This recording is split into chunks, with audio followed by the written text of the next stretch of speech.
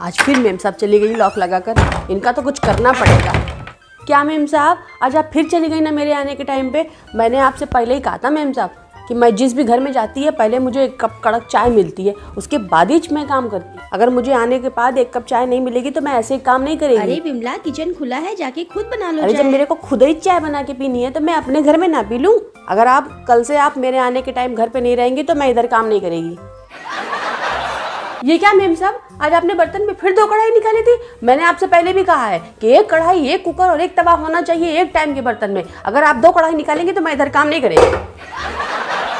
अरे मेम साहब, परिवार में शादी पड़ी है छोटे भाई के यहाँ, जाना तो पड़ेगा ही। 3 छुट्टी लेगी मैं 1 महीने की, मैंने आपसे पहले भी कहा था। और आप मेरी पगार नहीं काटेंगी। अगर आप मेरी पगार काटेंगी और छुट्टी लेने नहीं देंगी तो मैं इधर काम नहीं करेगी। मेम साहब, बात कपड़ा धोने की हुई थी, कपड़ा फैलाने की नहीं। ये मेरा काम नहीं है, नहीं वरना मैं इधर काम नहीं करेगी अगर आप मुझसे कपड़ा फैलाएंगी तो। अरे तो कर तो रहिए मेम साहब।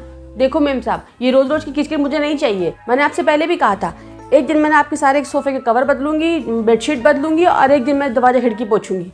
ये रोज रोज की किचकिच मुझे नहीं चाहिए, मैं इधर काम नहीं करेगी।